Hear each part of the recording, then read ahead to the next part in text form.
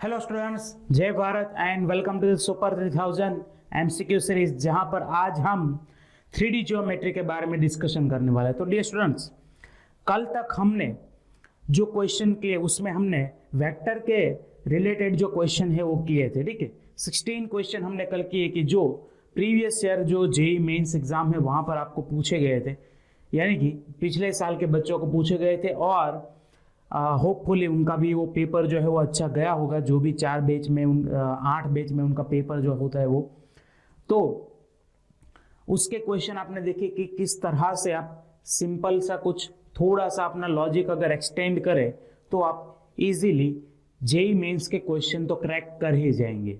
Okay, advance के बारे में हम बाद में बात करेंगे। अभी हम जो प्रिपरेशन कर रहे हैं वो मेंस 2021 की प्रिपरेशन कर रहे हैं। ऑलराइट, सो उसमें आज हम 3D ज्योमेट्री के बारे में अगर डिस्कस करें तो 3D ज्योमेट्री में हम क्या क्या बातें डिस्कस करते हैं। एक होता है स्ट्रेट लाइन। ऑलराइट, मतलब अभी स्ट्रेट लाइन जो है स्पेस में, ओके, तो उसका वेक्टर इक्वेशन है, कार्टेशियन इक्वेशन है, दो लाइंस के बीच का पॉइंट ऑफ इंटरसेक्शन है, या फिर वो दोनों लाइन के बीच का डिस्टेंस है। ऑलराइट, इमेज है, इमेज ऑफ द लाइन है। ठीक है, image of the line in the plane है, दो प्लेन और या फिर दो लाइन के बीच का एंगल है, लाइन एंड प्लेन के बीच का एंगल। ऐसी सारी बातें जो है वो हम डिस्कस करते हैं। प्लेन का इक्वेशन है, प्लेन का नॉर्मल डिस्टेंस है किसी पॉइंट के साथ, किसी दो लाइन के साथ पैरेलल प्लेन का इक्वेशन है, दो लाइन को कंटेनिंग करते हुए प्लेन का इक्वेशन है, या फिर दो प्लेन के इंटरसेक्शन में से पास होता हुआ पर्टिकुलर प्रॉपर्टी वाला कोई प्लेन है। ऐसी सारी बातों का हम डिस्कशन यहाँ पर 3D ज्योमेट्री में करते हैं। ऑलराइट, सो आई होप कि आप सब लोग जो है वो फार्मूला के साथ रेडी होंगे। तो सबसे पहला क्वेश्चन जो है यहाँ से हम स्टार्ट करते हैं। क्या बोल रहे हैं कि length of the perpendicular drawn from this point to the plane. ठीक है, लेंथ ऑफ परपेंडिकुलर हमें पॉइंट से प्लेन तक का निकालना है, यानी कि परपेंडिकुलर डिस्टेंस निकालना है, which is okay from the plane which is containing the lines, पहली वाली एंड दूसरी वाली। तो अपना जो प्लेन है इन दोनों लाइन को कंटेन करता है, मतलब आप ऐसा समझ सकते हैं फिगर कुछ। ऑलराइट, ये अगर अपना प्लेन है तो ये वाली होगी कुछ मेरी पहली लाइन, ये वाली होगी मान लो मेरी कोई दूसरी लाइन। तो मेरा जो नॉर्मल होगा प्लेन का वो कुछ ऐसा दिखता होगा मुझे। ऑलराइट, तो मेरा नॉर्मल एक्चुअली में क्या होगा, दोनों लाइन के साथ परपेंडिकुलर होगा, यानी कि नॉर्मल वेक्टर मुझे क्या मिलेगा, पहली लाइन का डायरेक्शन वेक्टर मान लो एल बार, दूसरी लाइन का डायरेक्शन वेक्टर मान लो एल बार, दोनों का मुझे मिलेगा क्रॉस प्रोडक्ट।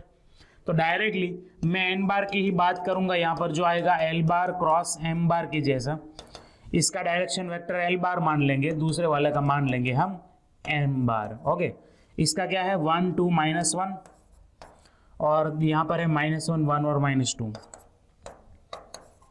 ठीक है, तो इसका आंसर क्या आएगा, देखो -4 + 1 यानी कि -3, फिर -2 -1 यानी कि -3 और माइनस यानी कि +3, और यहाँ पर आएगा 1 + 2 3, यानी कि डायरेक्शन वेक्टर क्या आ गया, देखो मेरा -1 + 1 एंड 1 × 3 ऐसा आ गया।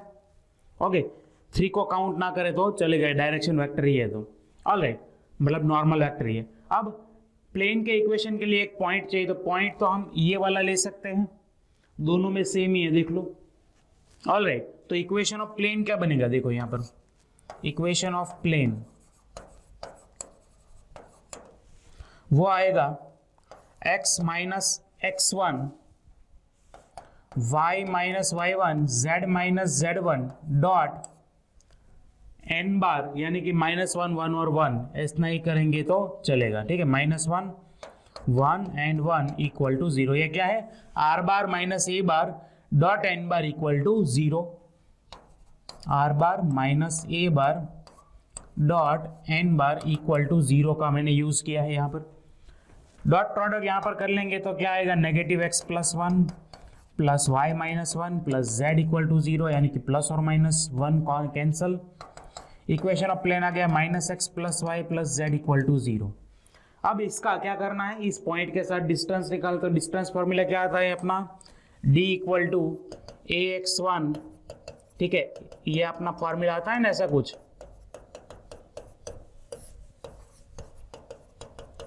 तो प्लेन में जहां जहां पर आपको ए बी सी दिख रहे हैं वहां, सॉरी x1 y1 z1 दिख रहे हैं, वहां पर पॉइंट के कोऑर्डिनेट्स जो है वो डाल दो। तो यहाँ पर आएगा -2 + 1 + 4, -2 + 1 + 4, ऑलराइट, डिवाइडेड बाय √ में आएगा 3। तो ये कितना आया 5 - 2 यानी कि 3/√3। तो डिस्टेंस अपना आएगा √3, यानी कि A will be the correct option here। समझ में आ रहा है क्वेश्चन? ओके, सबसे पहले प्लेन का इक्वेशन निकालना पड़ेगा, वहां से हमें नॉर्मल डिस्टेंस मिलेगा। तो ये फटाफट हमने प्लेन का इक्वेशन निकाल के सीधा डिस्टेंस वाला फॉर्मूला जो है वो सब्स्टिट्यूट किया है। ओके, नेक्स्ट क्वेश्चन देखते हैं। यहाँ पर क्या बोल रहे हैं, for the plane through the intersection of this two plane. Okay, दो प्लेन के इंटरसेक्शन में से पास होते हुए प्लेन का इक्वेशन निकालना है जो y एक्सिस के साथ पैरेलल है। तो वो इनमें से कौन से पॉइंट में से पास होता है ये पता लगे। तो सबसे पहले क्या करते हैं, π1 और π2 के इंटरसेक्शन में से जो प्लेन बनता है वो क्या होता है हमारा, वो प्लेन हम लिखते हैं π1 + λ π2 = 0, ऐसा लिखते हैं ना। दोनों प्लेन को यहाँ पर सब्स्टिट्यूट करके सिंप्लीफिकेशन करें तो क्या मिलेगा, x × 1 + 2 λ plus y × 1 + 3 λ and plus z × 1 - λ and plus constant term आएगा -1 + 4 λ, यानी कि 4 λ - 1 = 0। नाउ ये प्लेन जो है ये क्या है, y एक्सिस के साथ पैरेलल है। देखो, अगर मेरा प्लेन जो है वो किसी लाइन के साथ अगर पैरेलल है तो नॉर्मल क्या होगा, इसके साथ 90 डिग्री बनाता होगा। नॉर्मल वेक्टर क्या करता है, इसके साथ 90 डिग्री बनाता होगा ना, यानी कि इसका नॉर्मल वेक्टर जो है वो y एक्सिस के साथ क्या होगा, परपेंडिकुलर होगा, यानी कि नॉर्मल वेक्टर y एक्सिस के साथ होगा परपेंडिकुलर, यानी कि उनका डॉट प्रोडक्ट आएगा 0। चलो इसमें से क्या आएगा, 1 + 3 λ = 0 आ जाएगा, क्योंकि ये हो गए मेरे नॉर्मल वेक्टर के कंपोनेंट, उसका 0 1 0 से डॉट प्रोडक्ट करेंगे तो 1 + 3 λ आएगा, यानी कि लैम्डा का वैल्यू आएगा -1/3। तो मेरा प्लेन क्या आता है वो पहले लिख लेते हैं यहाँ पर। चलो प्लेन क्या आएगा, पहले प्लेन के साथ 3 मल्टीप्लाई होगा, दूसरे के साथ -1 मल्टीप्लाई होगा। चलो इसके साथ 3 मल्टीप्लाई कर देंगे तो 3x 3y 3z - 3, दूसरे वाले के साथ माइनस मल्टीप्लाई कर देंगे तो आ जाएगा यहाँ पर -2x - 3y + z - 4 = 0। चलो यहाँ पर क्या आ गया, प्लस और माइनस 3y निकल गया, 3x - 2x यानी कि x, 3z + z यानी कि 4z, 3 और 4 7। ऑल राइट, अब ये मुझे प्लेन तो मिल गया है, अब मेरा प्लेन पास इनमें से कौन से पॉइंट में होगा मुझे वही चेक करना है। तो ऑप्शन ए को आप चेक करो सबसे पहले, -3 0 और -1 -3, ठीक है। 0 की तो कंसिडरेशन वैसे भी करने की जरूरत नहीं है क्योंकि y वाला वैसे भी एब्सेंट ही है। तो -3 और -1 करने पर -14 आ रहा, मतलब ए हमारा गलत ऑप्शन हो गया, इसको निकाल देंगे। ऑप्शन बी चेक करेंगे, 3 और -1 अगर सब्सटीट्यूट करें तो 3 और -1 सब्सटीट्यूट करने पर वंस अगेन नॉन जीरो आ रहा है, यानी कि वो भी नहीं चलेगा। सी ऑप्शन चेक कर देंगे, 3 2 1, 3 और 1 करने पर 7 - 7 0 आ रहा है, यानी कि सी हमारा राइट ऑप्शन है और सिंगल करेक्ट ऑप्शन होने पर डी हमारा बिल्कुल भी सही नहीं होगा, ओनली सी हमारा राइट ऑप्शन होगा। ओके, बस हमें पॉइंट फटाफट से चेक कर लेने हैं। तो यहाँ पर 3 और z की जगह 1 रखने पर 7 - 7 0 आ रहा है, that's a perfect match. Clear हो रहा है क्वेश्चन? ओके, नेक्स्ट क्वेश्चन में चलते हैं। यहाँ पर क्या बोल रहे थे, equation of the line passing through this point parallel to this plane and the intersecting line. तो अपना जो लाइन है वो इस पॉइंट में से तो पास हो रहा है। तो सबसे पहले आप देखो, तो पॉइंट के अकॉर्डिंग अगर आप देखो तो डी ऑप्शन आपका गलत हो रहा है, क्योंकि यहां पर 4 -3 और -1 आ रहा है। इसके ऊपर का पॉइंट क्या आ रहा है, 4 -3 और -1, मतलब ये तो बिल्कुल भी गलत हो गया। ये क्लियर हो रहा है? ओके, अब आगे बढ़ो। तो अब हमें क्या चाहिए? ऐसे लाइन, अब हमें पॉइंट तो दिया गया है, लाइन का हमें मेन तो चाहिए डायरेक्शन। ऑलराइट, तो लाइन के लिए हम क्या लिखेंगे? देखो, लाइन जो है वो इस प्लेन के साथ ओके क्या है? पैरेलल है और इसके साथ इंटरसेक्ट कर रही है। ऑलराइट, तो यहां पर हम ऐसा सोच सकते हैं, समझना, ये मेरी रिक्वायर्ड लाइन है और ये उसकी इंटरसेक्टिंग लाइन है। ये मेरी क्या है? रिक्वायर्ड लाइन, और दूसरी है मेरी इंटरसेक्टिंग लाइन। रिक्वायर्ड लाइन जो है वो पॉइंट ए में से पास होती है, इसको मैं बोल दूं ए पॉइंट, वहां से वो पास होती है, और गिवन लाइन जो है वो कोई बी पॉइंट में से पास होती होंगी। ठीक है, इसका पॉइंट है मान लो कोई बी। तो अब क्या होगा? देखो, वेक्टर ए बी का अगर मैं इस डायरेक्शन वेक्टर के साथ क्रॉस प्रोडक्ट करूं तो मुझे ऐसा कुछ एक डायरेक्शन वेक्टर मिलेगा जिसको मैं बोल दूं एन बार। समझना? ऑलराइट, जो इसके साथ क्या होगा? इस गिवन लाइन के एल के साथ भी क्या होगा? परपेंडिकुलर होगा। अब इसकी अगर मैं बात करूं, यहां पर एक नॉर्मल वेक्टर की मैं बात करूं जिसको मैं बोल दूं n1 बार, तो ये दोनों वेक्टर का अगर मैं क्रॉस प्रोडक्ट करूं तो वो क्या होगा? ऑब्वियसली इस लाइन के साथ वो भी परपेंडिकुलर होगा, क्योंकि ये लाइन जो है वो प्लेन के साथ भी परपेंडिकुलर है, सॉरी प्लेन के साथ पैरेलल है और इसके साथ परपेंडिकुलर है, इसके साथ भी। तो यहां पर भी मुझे 90 डिग्री मिलता होगा, यहां पर भी मुझे 90 डिग्री मिलता होगा। ये बात समझ में आ रही है? ऑलराइट, एक काम करते हैं, इसको थोड़ी देर छोड़ देते, इसको बाद में कंसिडर करेंगे। सबसे पहले वेक्टर ए बी और वेक्टर जो एम बार है उसका हम क्रॉस प्रोडक्ट लेते हैं। ऑलराइट, चलो देखो, पॉइंट ए में क्या बोल रहा हूं? -4, 3 और 1 को बोल रहा हूं। पॉइंट बी में किसको बोल रहा हूं? इस वाले पॉइंट को, यानी कि -1, 3 और 2 को। तो वेक्टर ए बी क्या मिला मुझे? -1 + 4 यानी 3, 0, 1 मिला। ऑलराइट, अब इसको मैं इसका डायरेक्शन वेक्टर में बोल दूं एम बार, समझना, तो वो क्या हो जाएगा? -3, 2 और -1। ऑलराइट, अब अगर मैं वेक्टर ए बी और वेक्टर एम का क्रॉस प्रोडक्ट करूं,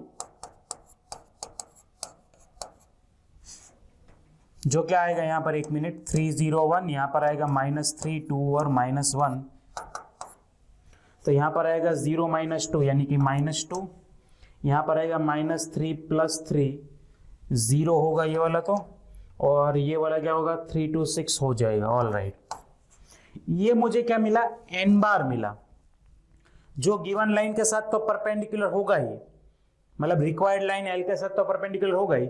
दूसरा, ये जो लाइन है अपने प्लेन के साथ भी क्या है? पैरेलल है, यानी कि ये जो नॉर्मल वेक्टर होगा यहां पर भी क्या हो जाएगा? वो परपेंडिकुलर होगा।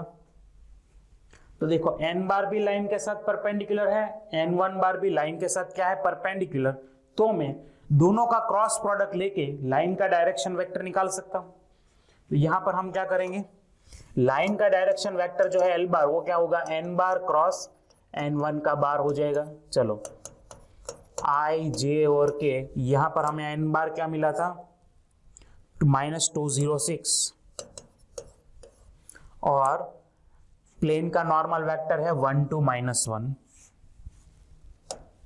यहां पर है 1, 2, -1। ऑलराइट, इसको सॉल्व करने पर क्या मिलेगा? 0 - 12, फिर आएगा 2 - 6 यानी कि -4 × -1 यानी कि 4, और यहां पर आएगा -4।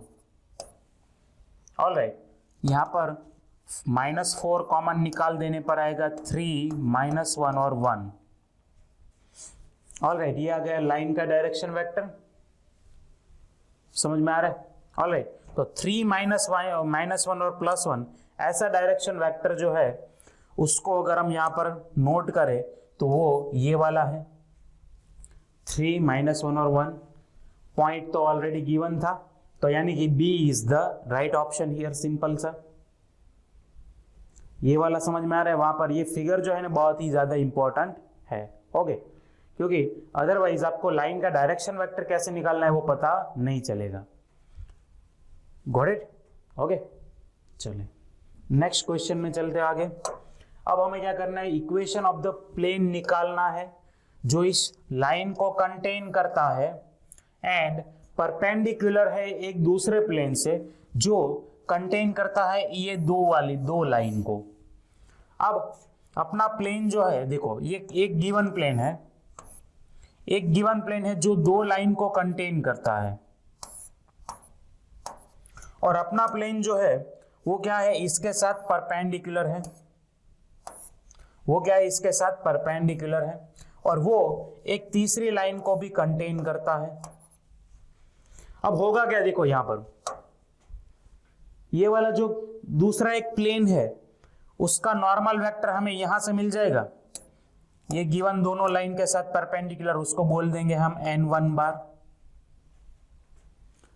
ऑलराइट, अब होगा क्या, देखो अगर ये दोनों प्लेन जो है वो एक दूसरे से परपेंडिकुलर है तो दोनों का नॉर्मल वेक्टर भी एक दूसरे से क्या होगा, परपेंडिकुलर होगा ही, एक दूसरे से परपेंडिकुलर होगा ही। दूसरी बात, ये नॉर्मल वेक्टर अपना जो प्लेन है खुद का, उसके उसमें जो लाइन है उसके साथ भी वो परपेंडिकुलर होगा या नहीं होगा, समझ में आ रहा है? ओके, तो अब देखो पहले हम क्या करेंगे, ये दोनों गिवन लाइन है, देखो पहली लाइन को मैं बोल दूं L, दूसरी लाइन को बोल दूं M, और तीसरी लाइन को बोल दूंगा P। तो ये वाली मेरी लाइन L है, ये वाली है M, इसका है P। तो इन दोनों का डायरेक्शन वेक्टर का क्रॉस प्रोडक्ट करके मुझे मिलेगा n1 बार सबसे पहले।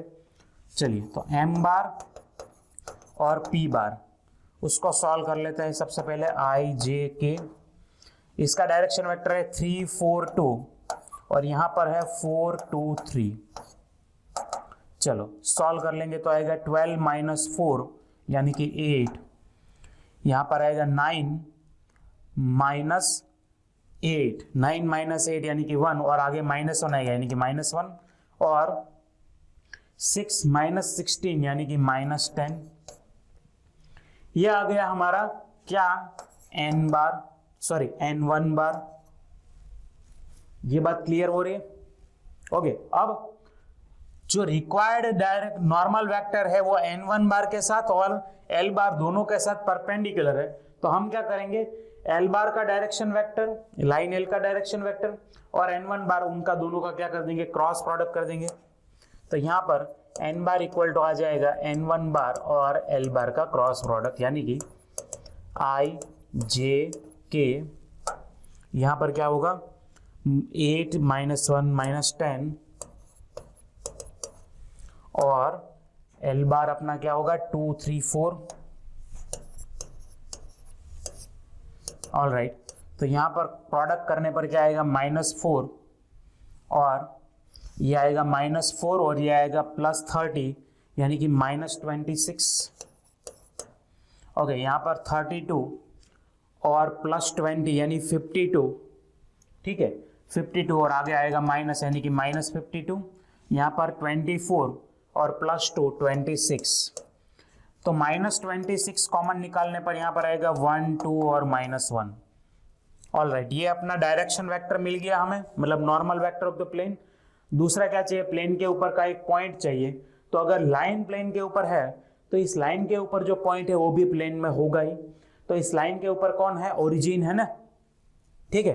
तो हम ओरिजिन का यूज करके पॉइंट का इक्वेशन, सॉरी प्लेन का इक्वेशन निकाल सकते हैं। तो प्लेन होगा हमारा X Y Z -0 0 0 dot 1 2 -1 equal to 0।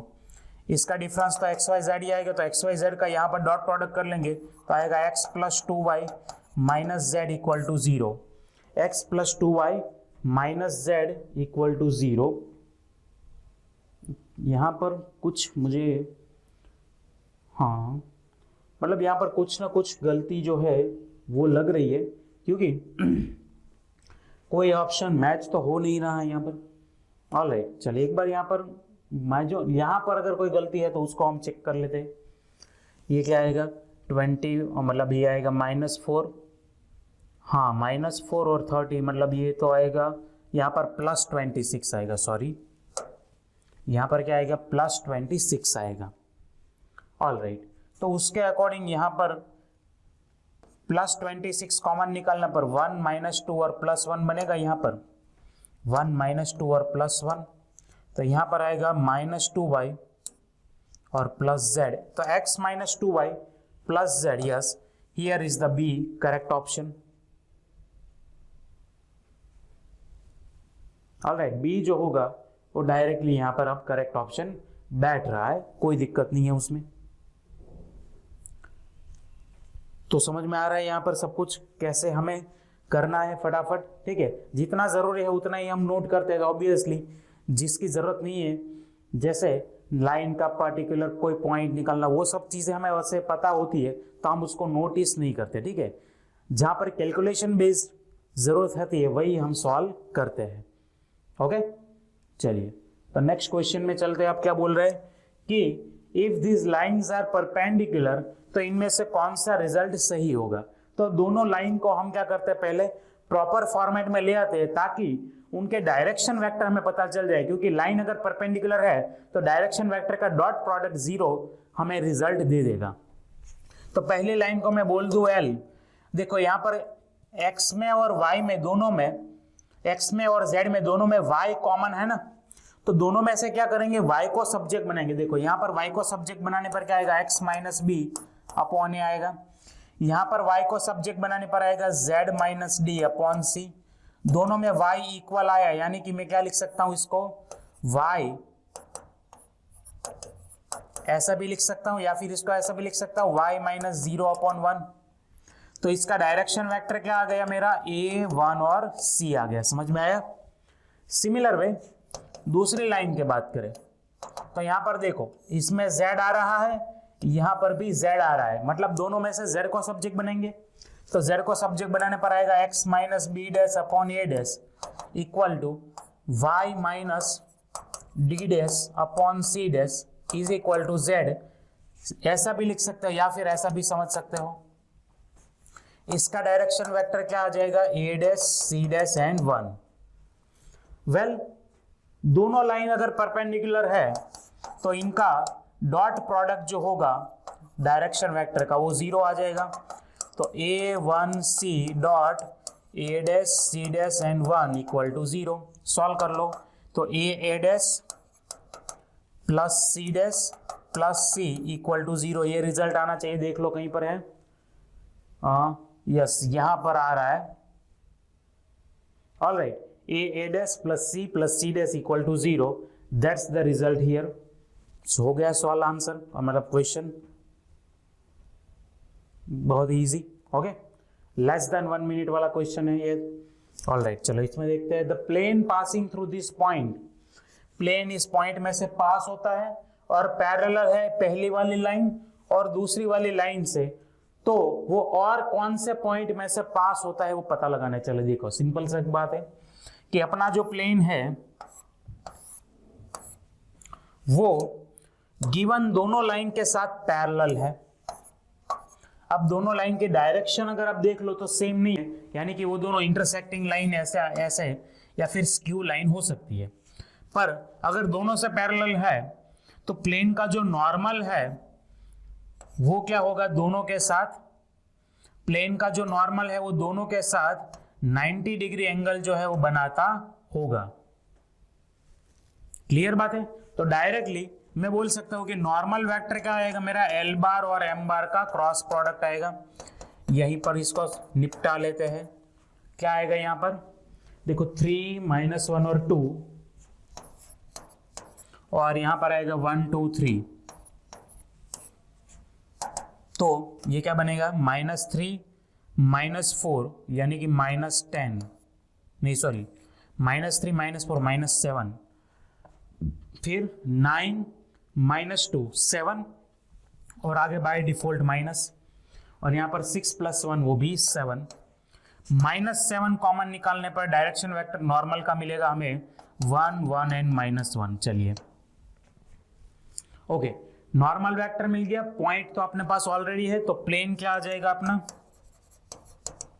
x - x1 y - y1 और z minus z1 dot n bar equal to 0। इसको सॉल्व कर लेंगे तो x plus Y minus Z, X plus Y minus Z, और यहाँ पर आएगा -4 प्लस 1 यानी -3 प्लस 2 यानी कि -1 इक्वल टू 0। ये आ गया प्लेन का इक्वेशन। अब ये प्लेन कौन से पॉइंट में से पास होता है वही पता लगाना है ना, सिंपल सा। तो देखिए पॉइंट को सब्स्टिट्यूट कर दो। देखो पहला पॉइंट -1 सब्स्टिट्यूट करेंगे तो -1 अगर सब्स्टिट्यूट किया जाएगा तो क्या आएगा -2, ठीक है। फिर यहाँ पर भी -1 अगर सब्स्टिट्यूट किया जाए तो +1 और -1 तो नॉन जीरो बनेगा, क्योंकि क्या आएगा -2 और +1 -1 तो वो जीरो नहीं बनेगा, मतलब ए हमारा गलत ऑप्शन होगा, ठीक है। डबल -1 और 1 तो यहाँ पर -1 दोनों की जगह, समझ में आ रहा है? ओके, तो ये -2 यहाँ पर -1 और यहाँ पर भी -1 एज इट इज, तो -4 इक्वल टू 0 वो भी गलत होगा। ओके, यहाँ पर 1 1 और -1 1 1 और -1 तो 3 -1 नॉट इक्वल टू 0 वो भी गलत आएगा। 1 1 और 1 तो 1 1 2 और 1 करो तो -2 2 -2 0, डी हमारा सही ऑप्शन होगा। ओके, बस पॉइंट हमें चेक करना है, दूसरा कुछ उसमें काम नहीं करना है। क्लियर बात है? तो दो लाइन से अगर पैरेलल प्लेन है तो वो क्या होगा कि उसका नॉर्मल वेक्टर दोनों के साथ परपेंडिकुलर होगा, तो वहां से दोनों को परपेंडिकुलर वेक्टर हमने निकाल दिया। ऐसे क्वेश्चन में जब भी ऐसे कॉमन नंबर निकलता है ऑलवेज उसको निकाल दो, ताकि आपका डायरेक्ट नॉर्मल वेक्टर जो है वो इजीली आपको मिल जाए। ओके, पर ये कब कब करना है? जब आप प्लेन की बात कर रहे हो तभी, या फिर लाइन की बात कर रहे हो तब। वेक्टर में ऐसा नहीं करना है, ठीक है। वेक्टर में ऐसा करोगे तो ये गलत हो जाएगा। ओके, क्वेश्चन नंबर 7 देख लेते हैं क्या बोल रहे हैं। Plane which bisects the line segment joining this 2 point. मान लेते हैं ये ए बी है, अब प्लेन इसको बाइसेक्ट कर रहा है राइट एंगल पर। ओके, तो इसमें से कौन सा पॉइंट में से पास होगा? बहुत ही सिंपल सी चीज है। चलो, ये अपना मान लो एक सेगमेंट है, सेगमेंट ए बी, ये इसका मिड पॉइंट है। तो प्लेन जो है वो अगर ऐसा होगा तो प्लेन क्या कर रहा होगा? इसको बाइसेक्ट कर रहा होगा मिड पॉइंट के ऊपर, मतलब बाइसेक्ट कर रहा है राइट एंगल के ऊपर, ठीक है। तो नॉर्मल वेक्टर भी मिल जाएगा और प्लेन के ऊपर का पॉइंट भी मिल जाएगा। तो सबसे पहले क्या करते हैं, नॉर्मल वेक्टर ले लेते हैं। चलो, वेक्टर ए भी हमारा होगा नॉर्मल वेक्टर, क्या आएगा 3 और -3 यानी कि 6, 7 + 3 यानी कि आएगा 10, और यहाँ पर आएगा 6 - 4 2। इसमें से 2 कॉमन निकाल देंगे तो 3 5 और 1, ये आ गया आपका नॉर्मल वेक्टर। अब मिड पॉइंट निकालते हैं। चलो, मिड पॉइंट क्या आएगा? a bar plus b bar by 2 आ जाएगा ना। चलो, तो सम करके डिवाइड बाई 2, मतलब 3 - 3 का सम 0, फिर 7 और -3 का सम 4 4 बाई 2 यानी कि 2, और 6 4 10 बाई 2 यानी कि 5। तो ये मिल गया पॉइंट, ये मिल गया डायरेक्शन वेक्टर। प्लेन का इक्वेशन निकालते हैं तो प्लेन हमारा क्या आएगा? x - x1 y - y1 z - z1 dot n bar equal to 0। तो यहां पर क्या आ जाएगा? 3x plus 5y - 10 plus z - 5 equal to 0। Solve कर लो तो 3x plus 5y plus z - 15 equal to 0। अब ये कौन से पॉइंट में से पास होता है पता लगाना है। चलिए देखते हैं। तो 4 यहाँ पर सब्स्टिट्यूट करो तो 12 - 5 7 7 + 7 14 - 15 नॉट इक्वल टू 0, ये नहीं आएगा। फिर 4 1 और -2 को करते तो 4 करेंगे तो आएगा 12, ठीक है। 12 + 5 17 17 और 15 -15 और -2 वो भी 17, तो 17 - 17 0 सही हो रहा है। दोनों बाकी दोनों को चेक करने की जरूरत नहीं है, सिंगल करेक्ट ऑप्शन है। तो okay, so B will be the correct option here. Clear हो रहे हैं यहाँ पर? ओके, नेक्स्ट क्वेश्चन में देखते हैं क्या बोल रहा है। कि on which of the following line lies the point of intersection of this line and the plane. इन चार में से कौन सी लाइन के ऊपर वो वाले गिवन लाइन और गिवन प्लेन का पॉइंट ऑफ इंटरसेक्शन लाई कर रहा है। तो सबसे पहले क्या करना पड़ेगा, पॉइंट ऑफ इंटरसेक्शन निकालना पड़ेगा और उसको बारी बारी से चारों ऑप्शन में चेक कर लेंगे कि कौन सही बोल रहा है। ओके, तो प्लेन लाइन के ऊपर का जनरल पॉइंट क्या होगा, देखो जनरल पॉइंट यानी कि उसका पैरामेट्रिक इक्वेशन वाला पॉइंट वो क्या होगा, देखो इसके इक्वल आप k मान लो, इसके इक्वल आप मान लो कोई k, तो क्या आएगा 2k + 4, फिर यहां पर क्या आएगा 2k + 5 और लास्ट में आएगा k + 3। ये लाइन के ऊपर का पॉइंट है। अभी ये प्लेन को अगर इंटरसेक्ट करता है तो पॉइंट ऑफ इंटरसेक्शन के लिए क्या करेंगे, ये पॉइंट जो है वो प्लेन को सेटिस्फाई करना चाहिए। तो इसको प्लेन में सब्स्टिट्यूट कर दो एक्स वाई जेड की जगह पर। तो सिंपल तीनों का सम इक्वल टू 2 करना है। चलिए तो तीनों का सम कर दो, तो 2k + 2k + k यानी कि 5k, 4 + 5 9 + 3 12 = 2। तो यहां पर k का वैल्यू आ जाएगा -2। ठीक है, तो पॉइंट ऑफ इंटरसेक्शन क्या आएगा, k का वैल्यू -2 सब्स्टिट्यूट कर दो, तो यहां पर आएगा -4 + 4 0, -4 + 5 1 और -2 + 3 यानी कि 1। तो पॉइंट ऑफ इंटरसेक्शन आया आपका 0 1 1।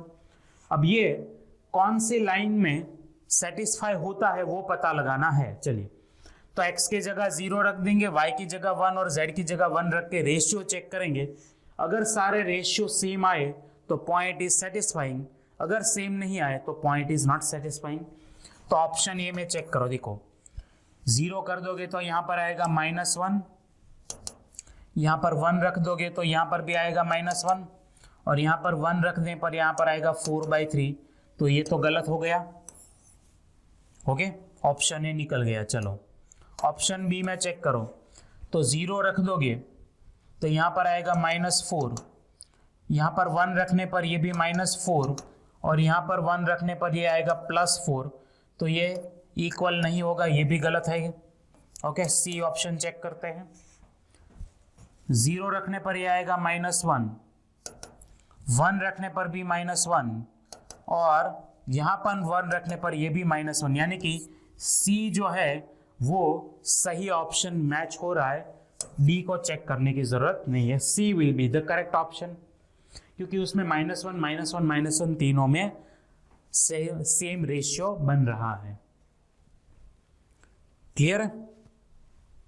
ओके, चलो नेक्स्ट क्वेश्चन में देखते हैं। नंबर 9 क्या बोल रहे थे, direction ratio of the normal to the plane, direction ratio of the normal to the plane through the point, ये दोनों पॉइंट जो है ओके वो प्लेन के ऊपर है। अब उसमें प्लेन का जो नॉर्मल है डायरेक्शन रेशियो, मतलब नॉर्मल वेक्टर जो है वो इस दूसरे वाले प्लेन के साथ π/4 वाला जो एंगल है वो बना रहा है। ऑलराइट, तो ऑलराइट एक minute, direction ratios of the normal to the plane, normal के डायरेक्शन रेशियोस हमें निकालने हैं जो प्लेन इन दोनों पॉइंट को कंटेन करता है और π/4 एंगल बनाता है दूसरे वाले प्लेन के साथ। मतलब कि ये पहला प्लेन है, मान लो ये दूसरा प्लेन है, ये π/4 एंगल है। अब ये जो गिवन प्लेन है वो क्या है अपना, y - z + 5 = 0 है, और जो गिवन अपना प्लेन है, सॉरी अपना जो प्लेन फाइंड आउट करना है वो वाला क्या है, उसके ऊपर एक पॉइंट है 0 - 1 0 और दूसरा एक पॉइंट है 0 0 और 1। ठीक है, ये प्लेन है दोनों। अब हमें ये नॉर्मल वेक्टर जो है इसका वो डायरेक्शन रेशियो हमें निकाल कर देना है। तो देखो सबसे पहले तो लेट इक्वेशन ऑफ प्लेन, आप ऐसा ले सकते हैं क्या, a x - x1 + b y - y1 + c z - z1 = 0। जो x1 y1 z1 में से पास होता है। तो ये पॉइंट अगर प्लेन के ऊपर है तो उसको मैं यहाँ पर सब्स्टिट्यूट कर दूं, मुझे क्या मिलेगा, मतलब ये दोनों पॉइंट है ना प्लेन के ऊपर, तो पहले मैं पहला पॉइंट सब्स्टिट्यूट करूँ तो यहाँ पर मिलेगा x plus B y plus 1 और c z इक्वल टू 0, ये मिलेगा। अब ये वाला पॉइंट भी मेरा प्लेन के ऊपर है तो एक्स वाई जेड की जगह मैं सब्स्टिट्यूशन कर सकता हूँ। तो यहाँ पर क्या आएगा, x की जगह 0, y की जगह पर भी 0 और z की जगह पर 1, तो यहाँ पर आएगा a into 0 b into 1 plus c into 1 equal to 0, ये निकल गया। b plus c equal to 0 आया, यानी कि b का वैल्यू आया -c। ओके, प्लेन का जो नॉर्मल वेक्टर होगा वो क्या होगा हमारा, इस केस में ए बी सी होगा। ए बी सी के वैल्यू हमें निकालनी है, समझना। ओके, अब देखो b इक्वल टू -c तो आ गया।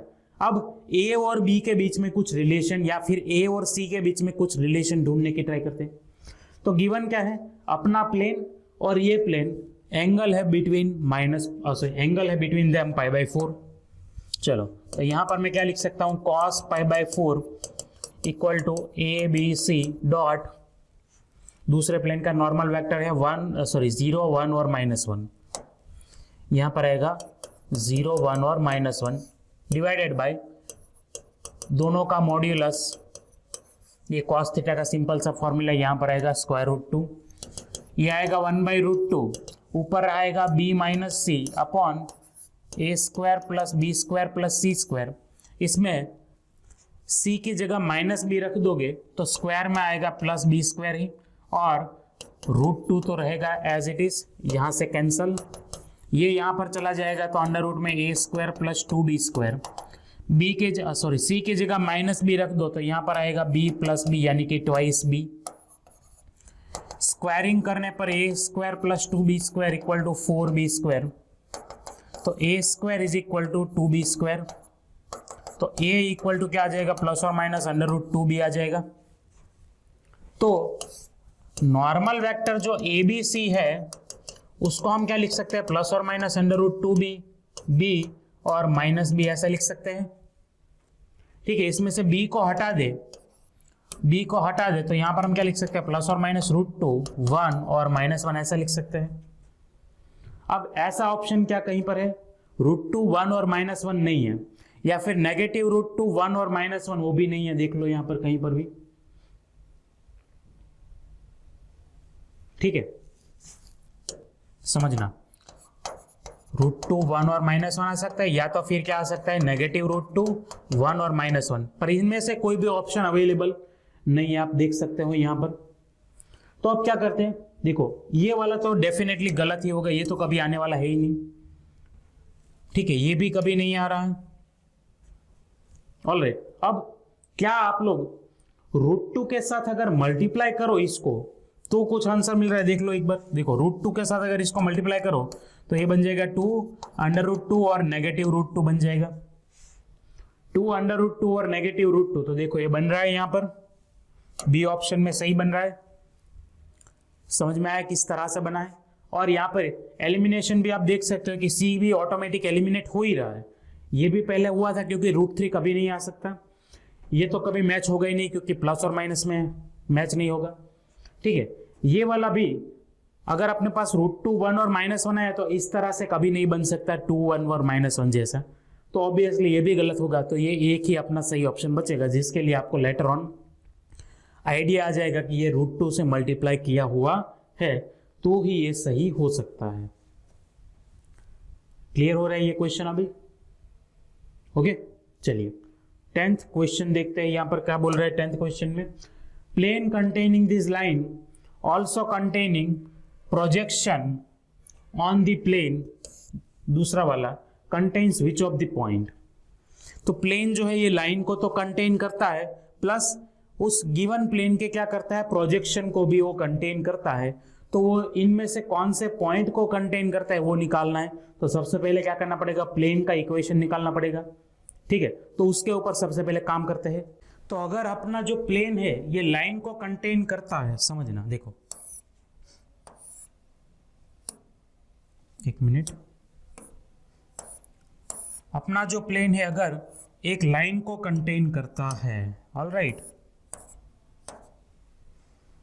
ये वाले एक लाइन को कंटेन करता है। दूसरा, ये अपना प्रोजेक्शन दूसरे प्लेन के ऊपर जो है उसको भी कंटेन करता है। समझना, देखो अब अगर मान लो ये अपना दूसरा प्लेन है, ये अपना रिक्वायर्ड प्लेन है π1 और ये गिवन प्लेन है π2।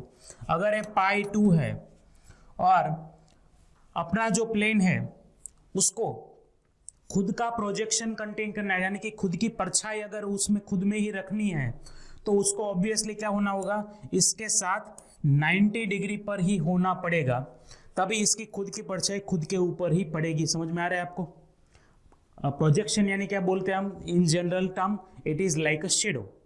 अभी हमारा शेडो, ठीक है, अगर हमारे खुद के ऊपर ही पड़े, उसके लिए सन को किस पोजीशन पर होना चाहिए, एग्जैक्टली हमारे ऊपर होना चाहिए, यानी कि एंगल जो बनना चाहिए वो कितना बनना चाहिए, 90 डिग्री बनना चाहिए।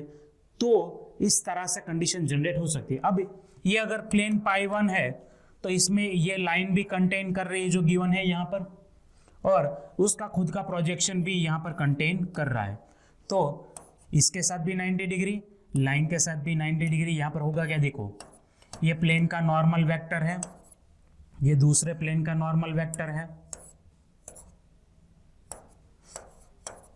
अगर प्लेन परपेंडिकुलर तो नॉर्मल वेक्टर तो परपेंडिकुलर हो गई, और लाइन प्लेन में है तो n1 बार इसके साथ भी परपेंडिकुलर ही होगा। तो n1 बार यानी क्या होगा, ये वाला अगर वेक्टर l बार है तो l बार और n2 बार दोनों का क्या हो जाएगा, वो क्रॉस प्रोडक्ट होगा। ओके, तो उसके ऊपर से हमें प्लेन का नॉर्मल वेक्टर मिलेगा और प्लेन के ऊपर का पॉइंट यानी कि लाइन का जो पॉइंट है वही रहेगा। तो वहां से प्लेन का इक्वेशन मिल गया एंड उसके ऊपर से पॉइंट को हम बारी बारी फिर चेक कर लेंगे यहाँ पर। तो देखो पहले प्लेन का नॉर्मल वेक्टर क्या आएगा, l बार और n2 बार का क्रॉस प्रोडक्ट i j और k। l बार यानी है 2 - 1 3 और इसका नॉर्मल वेक्टर है 2 3 और -1। चलिए यहाँ पर क्या आता है, -1 -9 सॉरी 1 -9 -8, फिर आएगा -2 -6 यानी कि -8 और -1 यानी कि 8, और यहाँ पर आएगा 6 + 2 8। तो नॉर्मल वेक्टर आ गया 1 -1 और -1। ओके, और पॉइंट तो अपने पास है ही 3 -2 और 1। तो equation of plane, equation of plane क्या आएगा, देख लो x - 3 y + 2 z - 1 dot 1 - 1 equal to 0, यानी कि ठीक है x - y - z, x - y - z, ये -3 -2 -5 और +1 यानी कि -4 इक्वल टू 0। ये आ गया प्लेन का इक्वेशन। ये कौन से पॉइंट को कंटेन करता है चेक करेंगे, ऑप्शन ए को। चलो 2 0 -2 को चेक करो, तो 2 0 और -2 यानी कि 4 और -4 0, पहला ऑप्शन ही हमारा सही ऑप्शन आ रहा है, बाकी तीनों को चेक करने की कोई जरूरत नहीं है। Okay, first will be the correct option directly. तो ये वाला जो फिगर है ये समझ में आया कि कैसे हमने इसको बनाया है, यहाँ पर कौन से कंसेप्ट को यूज करके बनाया हुआ है। ओके, चलिए क्वेश्चन नंबर 11 देखते हैं। क्या बोल रहे हैं कि if the point lies on the plane, ये पॉइंट प्लेन के ऊपर लाई कर रहा है, which passes through this 2 point and perpendicular to this another plane. तो एक गिवन प्लेन है, समझो, देखो क्या है, एक गिवन प्लेन है ये वाला। अब ये जो प्लेन है ये अपने रिक्वायर्ड प्लेन के साथ क्या है, परपेंडिकुलर है।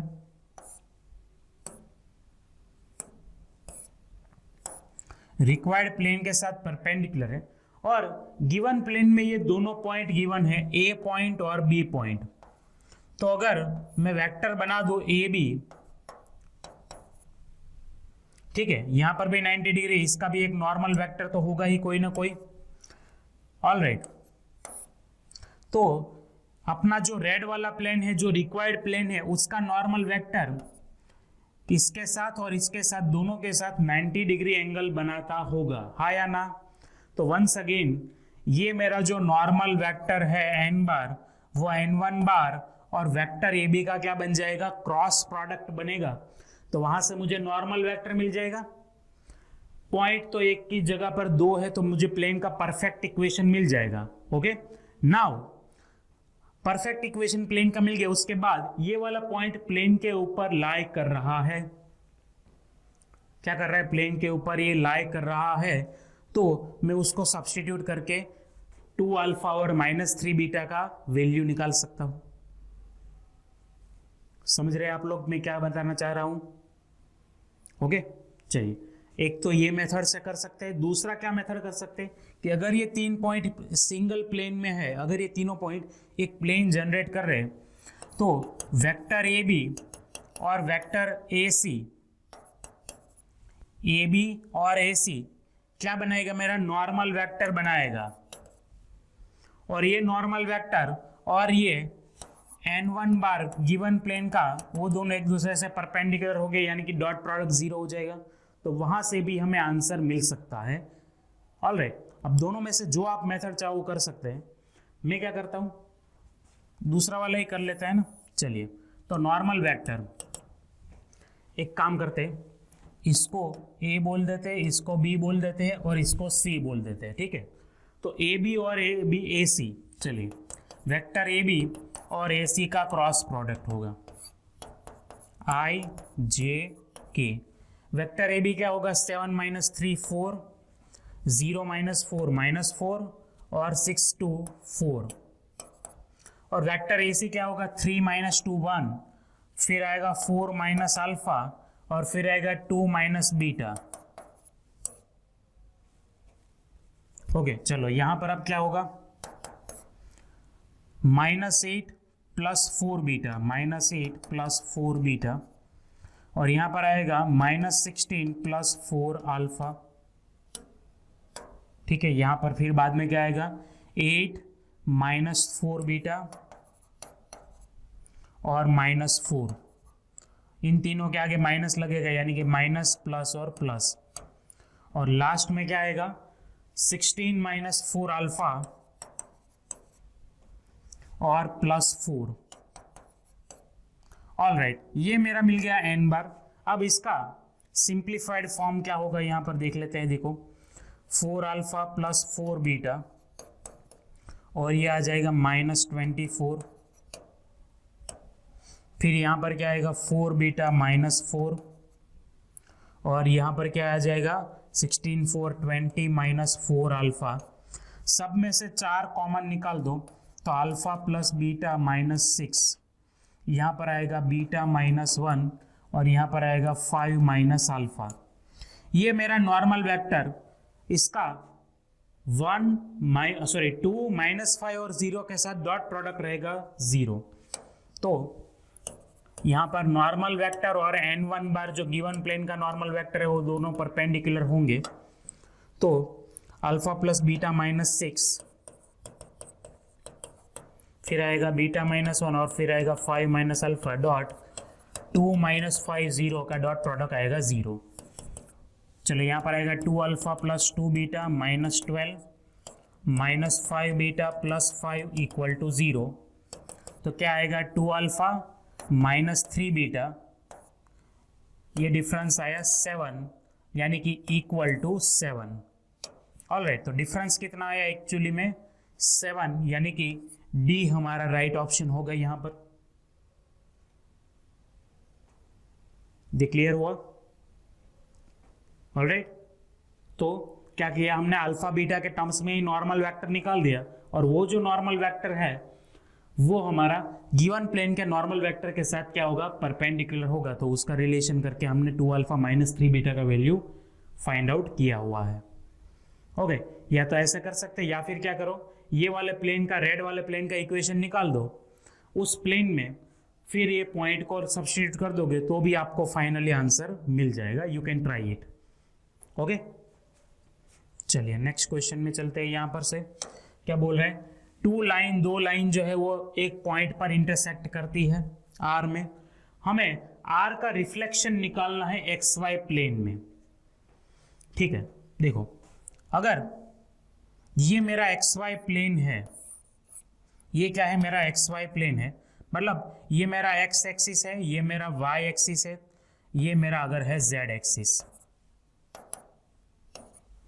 अगर ऐसा है तो ठीक है, समझना आप, अगर मैं एक पॉइंट 3 डायमेंशन में ले लूं और अगर मैं इसका रिफ्लेक्शन निकालूं इसके अकॉर्डिंग, तो रिफ्लेक्शन मुझे यहां पर कहीं पर मिलेगा।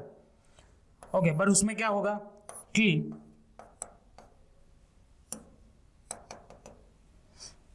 मेरे x कोऑर्डिनेट और y कोऑर्डिनेट जो है वो दोनों कैसे रहेंगे, सेम रहेंगे। बदलेगा क्या, सिर्फ मेरा z कोऑर्डिनेट। मतलब कि अगर ये मेरा पॉइंट ABC है तो ये मेरा पॉइंट, उसका रिफ्लेक्शन जो होगा वो क्या हो जाएगा, ABN -C हो जाएगा। बस इतना फर्क पड़ेगा, क्योंकि प्लेन क्या है, XY है, तो इसके केस में और इसके केस में x कोऑर्डिनेट और y कोऑर्डिनेट सेम रहेंगे। मात्र ओनली क्या चेंज होगा, z कोऑर्डिनेट पूरा बदल जाएगा।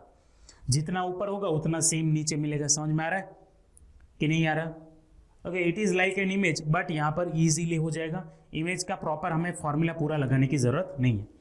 तो अल्टीमेटली करना क्या है, बस पॉइंट ऑफ इंटरसेक्शन पहले निकालना है। चलिए, तो दोनों लाइन के ऊपर से जनरल पॉइंट क्या होगा, देखो जनरल पॉइंट ऑन L, इसको बोल दे L, तो वो क्या हो जाएगा, देखो इसके इक्वल तो हम K ले लेंगे। इसके इक्वल क्या ले लेंगे, K, तो यहाँ पर आएगा K + 3, 3K - 1 और -K + 6।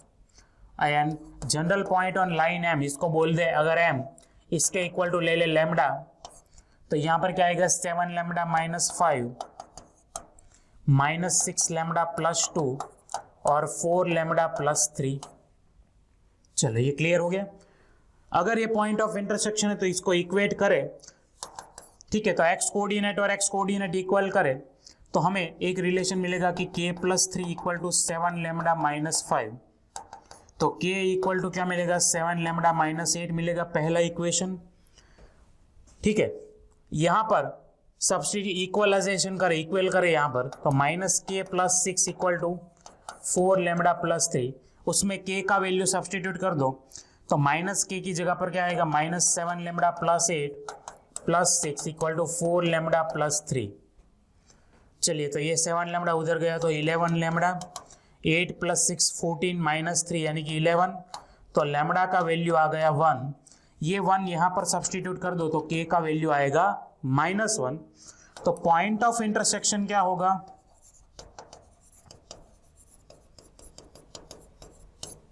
चलो K का वैल्यू -1 यानी कि यहाँ पर आएगा 2।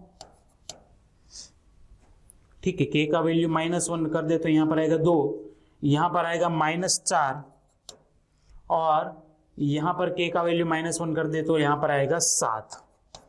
यानी कि ये हमारा क्या आ गया, पॉइंट ऑफ इंटरसेक्शन आ गया। या फिर लैम्डा का वैल्यू 1 रख दो तो भी हमें आ जाएगा, तो हमें मिल जाएगा 2 - 4 7। अब इसका रिफ्लेक्शन के लिए मैंने क्या बताया, बस z कोऑर्डिनेट चेंज कर दो तो 2 - 4 और -7 आएगा रिफ्लेक्शन। तो 2 - 4 और -7, C option is the correct option here. समझ में आ रहा है कैसा, बस पहले पॉइंट ऑफ इंटरसेक्शन निकाला दोनों लाइन का और जो आंसर मिला उसका रिफ्लेक्शन XY प्लेन में निकालना है तो z कोऑर्डिनेट को माइनस कर देंगे। ठीक है, यानी कि z कोऑर्डिनेट का साइन चेंज कर देंगे। YZ प्लेन में निकालना है तो x कोऑर्डिनेट का जो साइन होगा वो चेंज करेंगे, और अगर XZ प्लेन में निकालना है तो y कोऑर्डिनेट का साइन सिंपली चेंज कर देंगे। Getting it? ओके, चलो आगे बढ़ते हैं नेक्स्ट क्वेश्चन नंबर 13 में। Perpendicular distance from the origin to the plane containing this two line. दोनों लाइन में से पास होते हुए प्लेन का ओरिजिन से परपेंडिकुलर डिस्टेंस, तो सबसे पहले क्या करेंगे, प्लेन का इक्वेशन निकालेंगे दोनों लाइन को कंटेन करता हुआ। तो पहला होगा नॉर्मल वेक्टर।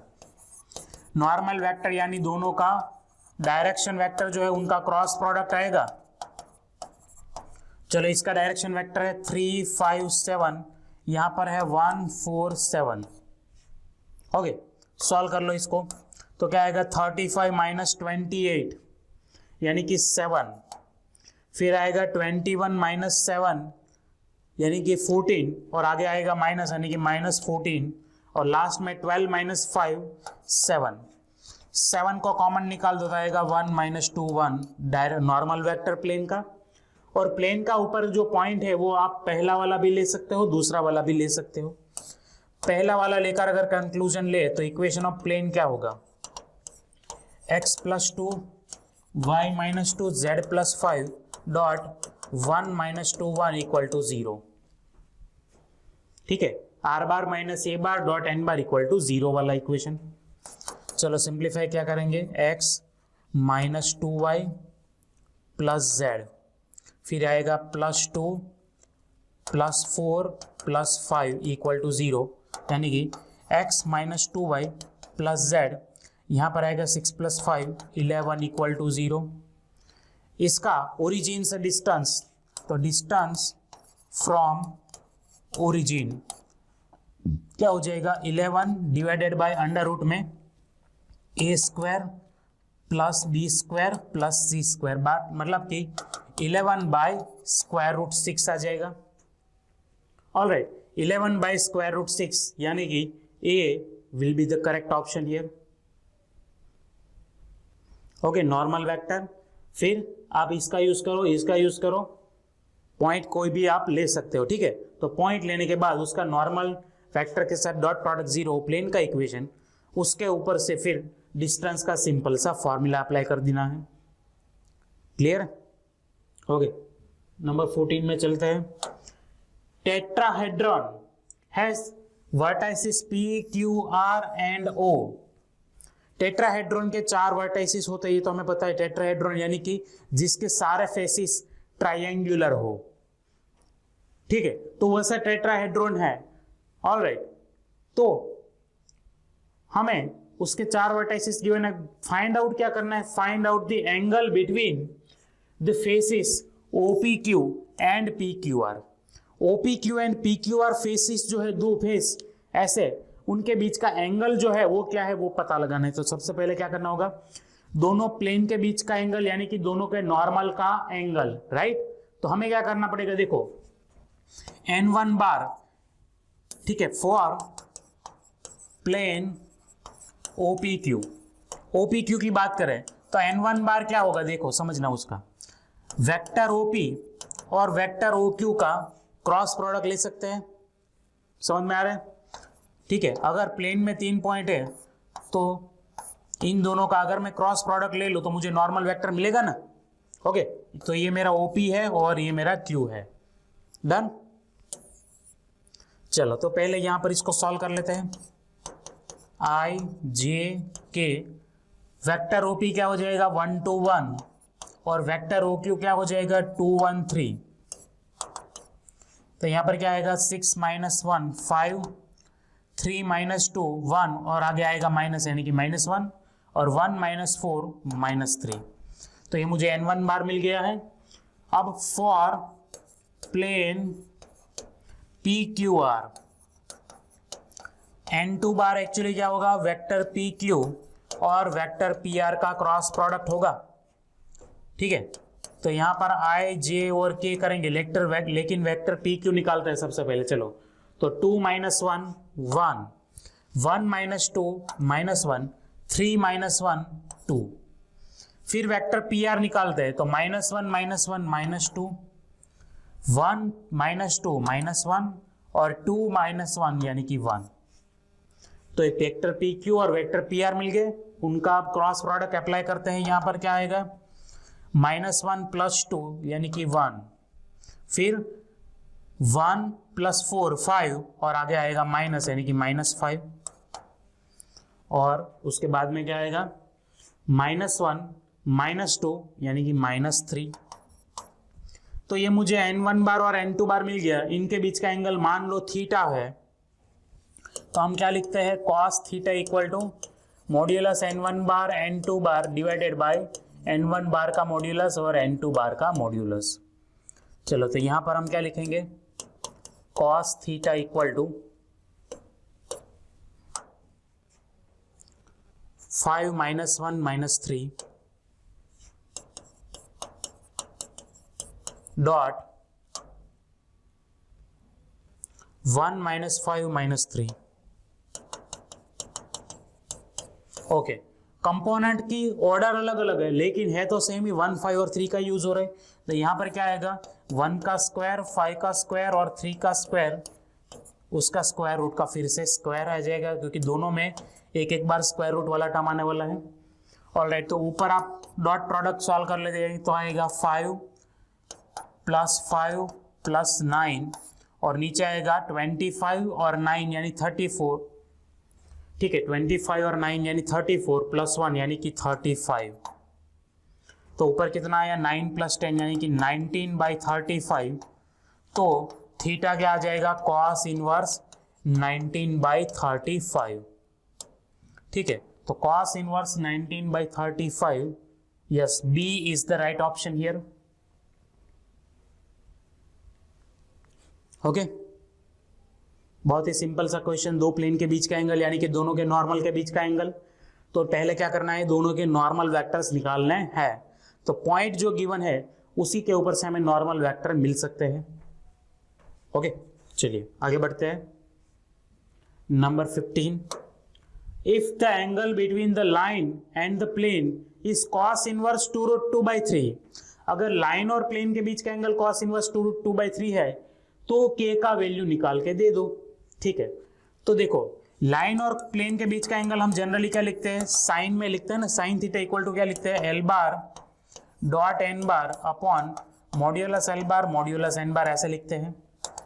अब यहाँ पर एंगल जो है वो cos इनवर्स 2√2/3 गिवन है, तो यहाँ पर क्या आ जाएगा साइन cos इनवर्स 2√2/3।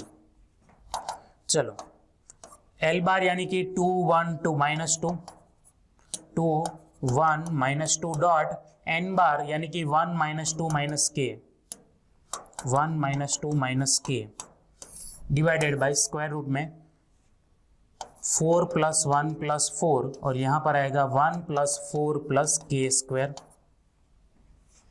चलो साइन cos इनवर्स है तो इसको लिख सकते हैं sine of sine inverse under root में 1 माइनस एक्स स्क्वायर यानी कि 8/9।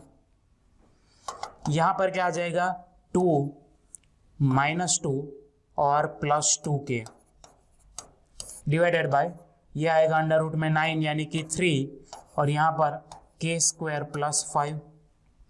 चलो ये साइन और साइन इनवर्स तो 1 1 फंक्शन तो कैंसिल हो गया, मतलब ये आइडेंटिटी बन गया अंडर रूट में 1 माइनस 8/9।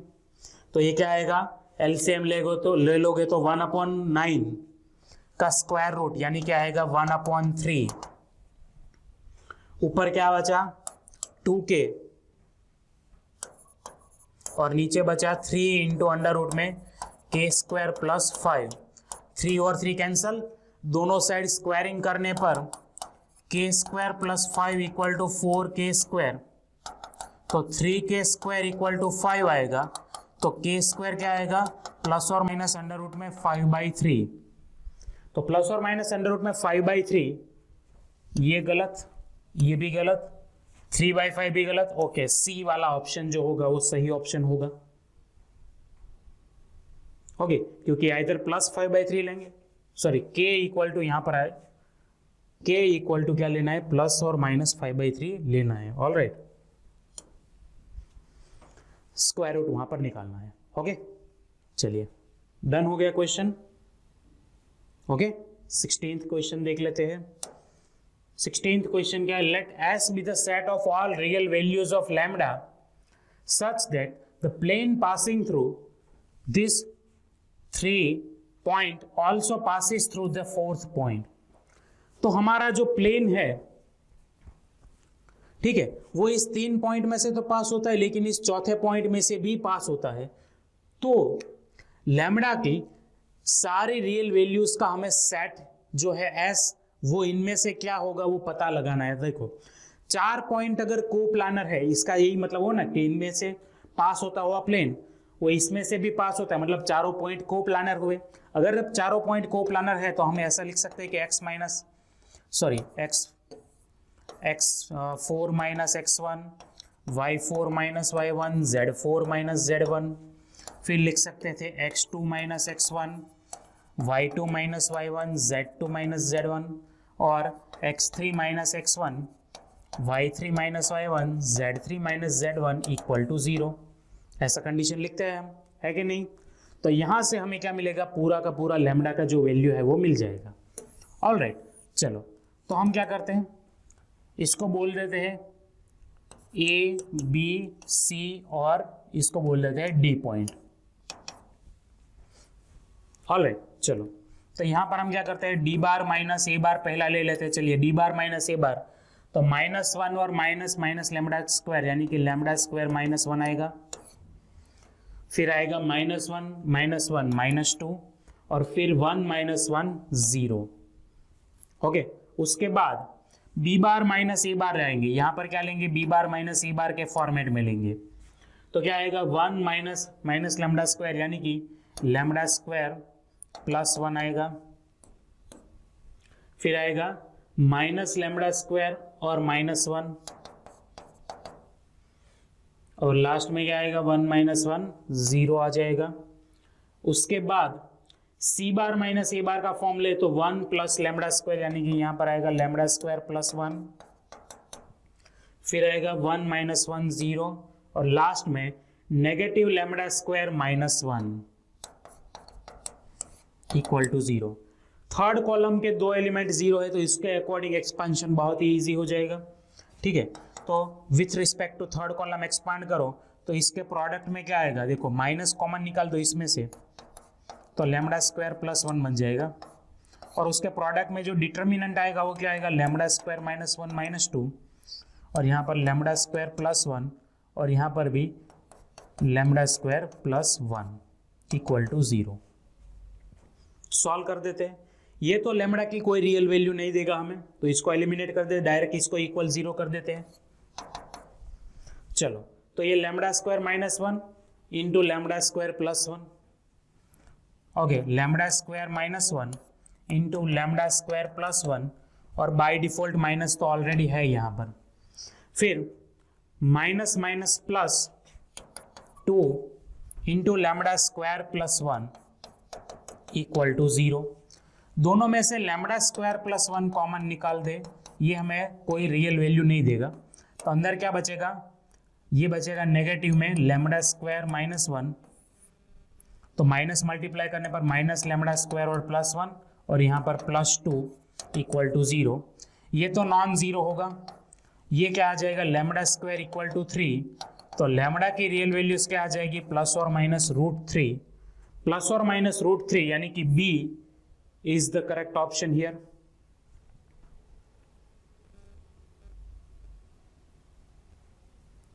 हो रहा है, अच्छे से समझ में आ रहा है क्वेश्चन यहाँ पर? ओके, 4 पॉइंट को प्लानर का कंडीशन निकाल दिया। ठीक है, डी बार माइनस ए बार, बी बार माइनस ए बार और सी बार माइनस ए बार का बॉक्स प्रोडक्ट 0, तो वहां से हमने फिर लैम्डा की सिंपल सी रियल वैल्यू डिटर्मिनेंट का यूज करके निकाली है। तो वेल डियर स्टूडेंट्स, यहाँ पर आज का लेक्चर जो है वो खत्म होता है। ऑलराइट, 3D जियोमेट्री का एक और पोर्शन जो है, एक और पार्ट जो है कल हम उसके ऊपर डिस्कस करेंगे। अभी और ऐसे क्वेश्चन है जो 3D जियोमेट्री में से पूछे जाते हैं, तो वहाँ पर भी उसके बारे में बात करेंगे। लेकिन फिलहाल यहाँ पर अब लेक्चर जो है उसको फिनिश करने का समय जो है वो आ गया है। तो सी यू नेक्स्ट टाइम। लेकिन अगर वीडियो में आपको मज़ा आ रहा है, समझ में आ रहा है, पसंद आ रहा है, तो लाइक करना, शेयर करना भूलना मत और चैनल को बिल्कुल भी सब्सक्राइब करना मत भूलना। Okay, so see you then. जय भारत एंड थैंक यू।